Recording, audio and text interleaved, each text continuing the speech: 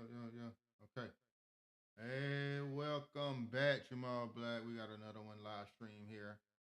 They got Nick Fuentes, Tucker Carlson, talking about some things. Let's get into it. Just some commentary on this live stream, man. Looks like Tucker Carlson and Nick Fuentes got a little beef. Let's see what they're talking about here, guys. I'm so happy we are having this moment. Well, I'm so grateful to be here. I didn't think I'd ever leave my house again. We had Nazi Week this week, and I turned off my phone. Yeah. I have Nazi Week about once a year. Have you for like 30 years, and now I'm just like, I can't do it. You have any big interviews lately? How's everything going? I literally went on a hunting trip, and my wife had put Starlink in our hunting camp, which I was totally opposed to, but there was a sense that like I needed to be in touch. And my phone went off. We're like on the Canadian border and hunting with my college roommates, and all of a sudden I check my phone, you have 400 texts, and they're like, Nazi! And I was like, oh, turning this off. I still haven't replied yet. Unsubscribe. No, I've been through this before. Yes, of course you have. I mean, everybody has. As I was, just recounting, I was a racist in literally every newspaper in the country. It's like, this is what they say. They go to the worst possible place to paint anything you do as an attempt, I think, to delegitimize you. So let's talk about it. Let's talk about why Nick Fuentes. I interviewed Fuentes. Well, I should just give the publicly available. So this is Megan Kelly's show. Tucker Carlson and on. Both of them have a pretty sketchy past, but saying some pretty controversial things. They act innocent. Let's see what they think. Available information on this, which is that I was in an extremely personal and bitter war with Fuentes like 3 weeks ago. It mostly wasn't public, but Fuentes was attacking my father, a subject I have like literally no sense of humor. My father passed in March, and was really kind of the patriarch. Not kind of, he was the patriarch in our family and a hero to every person in our family. And some of what Fuentes was saying about my dad was, true, okay, which made it worse.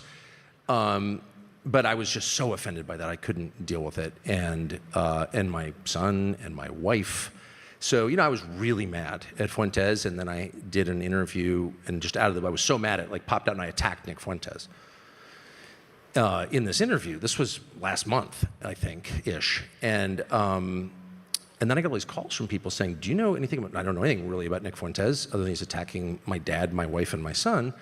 And it was like, actually, Nick Fuentes is the single most influential commentator among young men, like, period. He's got 5 million subscribers on Rumble. It's bonkers. And I didn't know any of it. I mean, I'm 56, so I'll just, like, state the obvious, Like, he's not our demo. My oldest child is 31, like, much older than Nick Fuentes. So I kind of missed a lot of this stuff. I pride myself on not missing things. I totally missed that.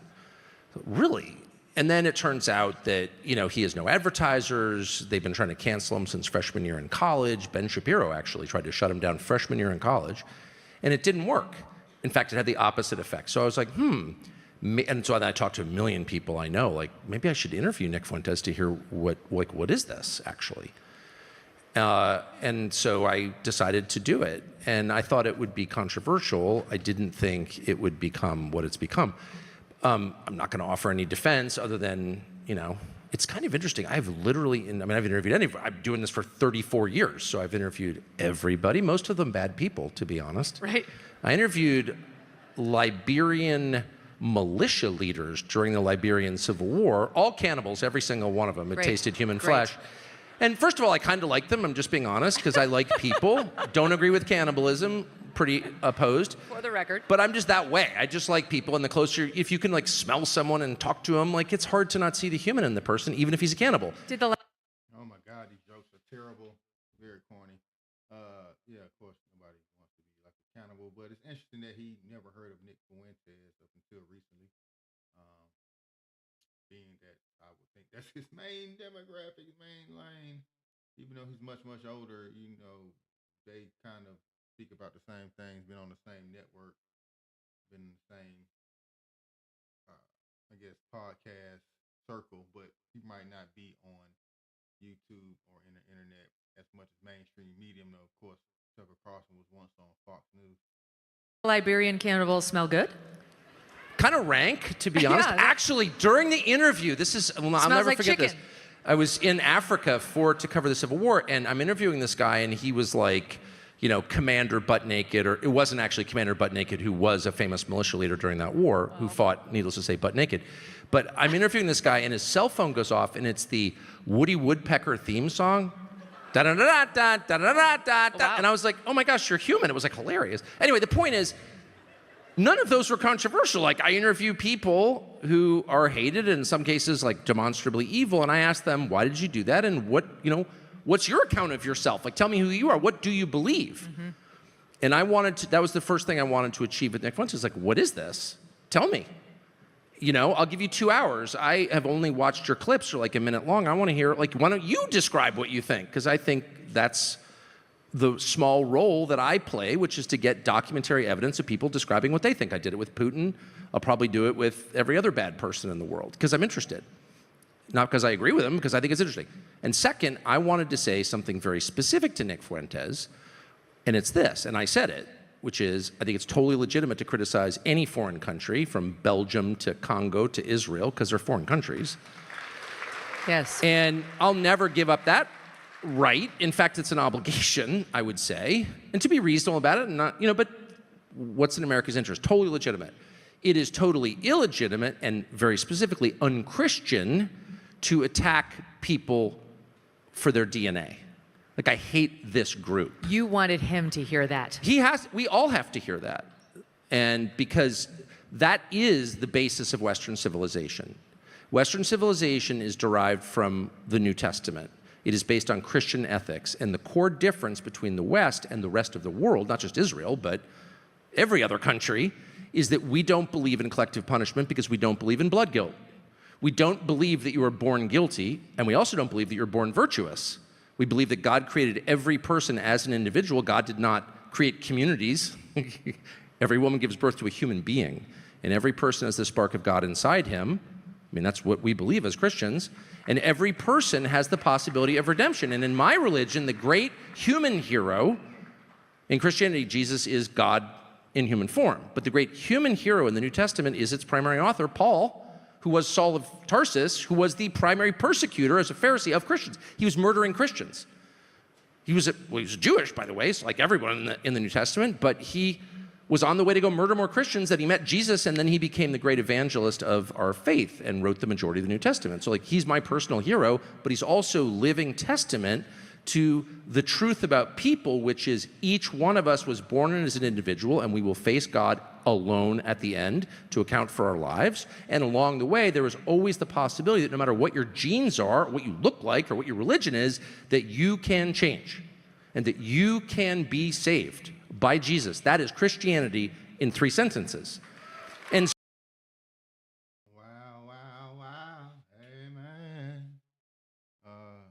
Sucker going to church on this Megan Kelly show. He wants Nick Fuentes to know that DNA is not nothing to be ashamed of. I don't know, not sure where he's going with this type commentary. But it doesn't seem like he hates Nick Fuentes too much. He just disagrees on 1 or 2 things, man. I don't know, Tucker Carlson. What you guys think? so that is reflected, even for people who aren't Christians, that is reflected in an ethical framework and a legal code that is the only truly unusual and great thing about the West, which is we do not punish the innocent. We only punish the guilty. We do not, you commit a crime, we don't throw your kids in jail. We don't execute your cousins.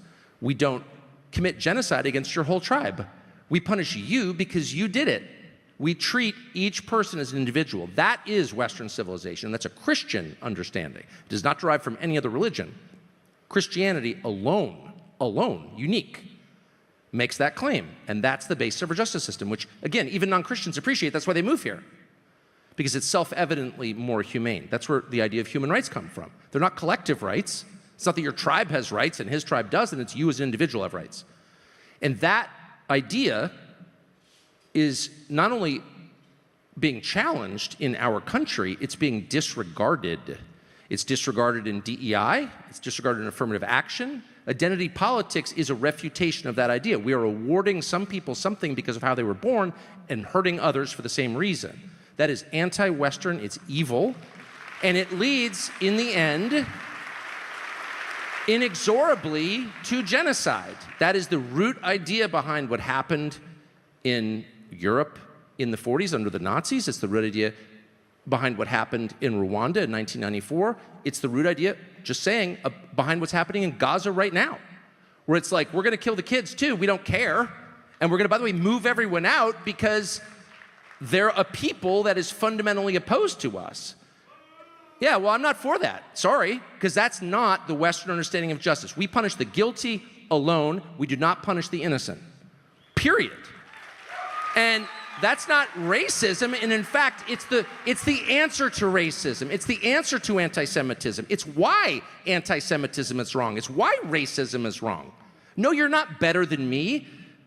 No, you're not worse than me because of how you were born. You're the same as me because we were both created by God. Period. So the whole idea of thinking of people as members of tribes, any tribe, including my tribe, is prima facie immoral. And yet, it is the operating idea behind so much of our politics. And I reject it. I reject it when it manifests as anti-Semitism. I reject it when it manifests as anti-white racism, which has, been pretty common. I know we're not supposed to say it, but it's real.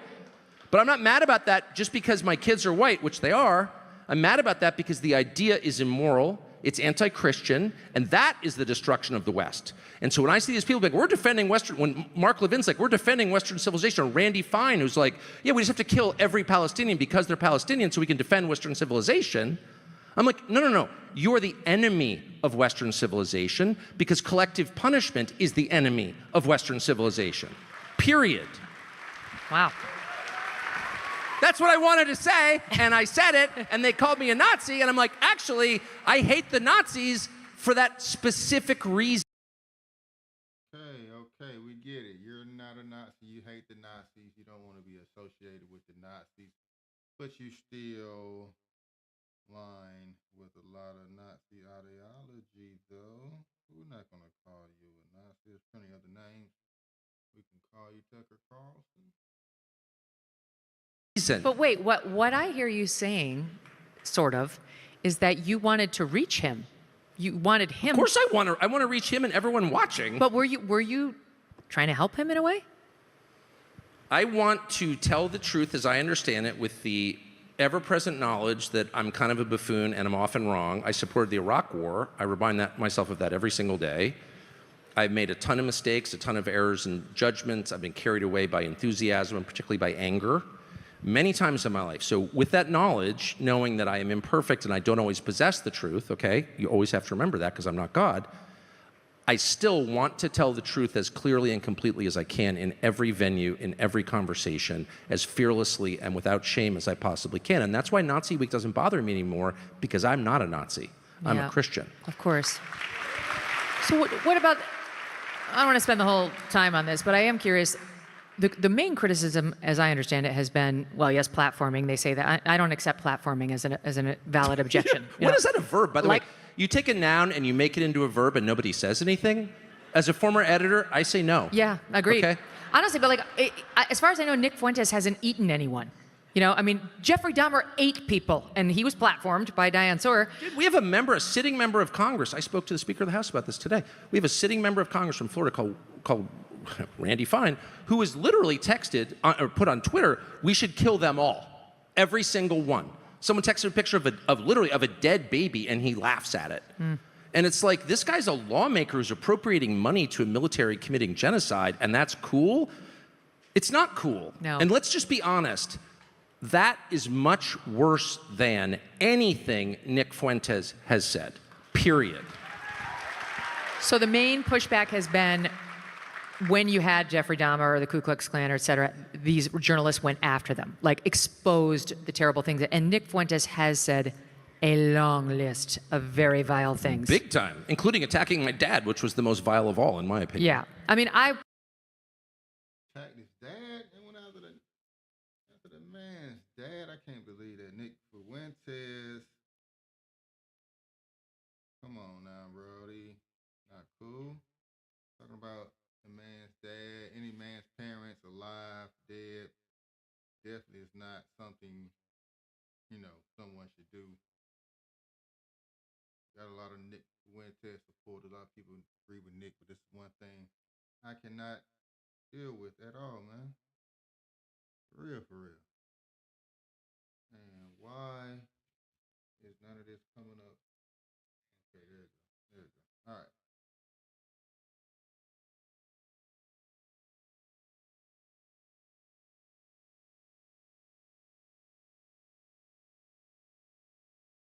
Personally, I've watched videos of him questioning the Holocaust, likening it to baking cookies in the oven, and there's no way you could have gotten to 6 million. Seems to be his theory. He seems to think that we've way overstated the number of Jews killed in the Holocaust. He's ripped on poor Usha Vance in the most offensive terms. Which I mean, so what do you say to those people? Say, why didn't you raise any of that?